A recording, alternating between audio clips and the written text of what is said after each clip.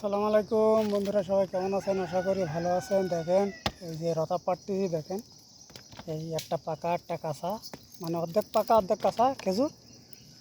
কুমানিরা খায় বেশি, এগুলো ভালো লাগে বেশি, তাই এইগুলো পাটতেছি। দেখেন অনেক কষ্ট করে খেজুর পাড়ি আমরা, অনেক উপরে গাছ, কিন্তু অনেক উপরে এই গাছটা, অনেক উপরে। সবাই দেখতে থাকেন কীভাবে কী পাটতেছি, এর বলে রতপ।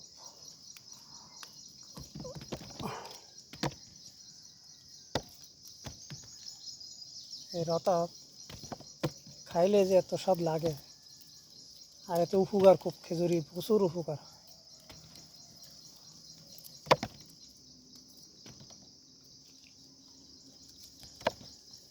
খেজুরি সেই উপকার, সবাই তো জানে না, কিন্তু আমরা পারি, আমরা খাইতে পারি না, ভালো লাগে না, মিষ্টি লাগে বেশি।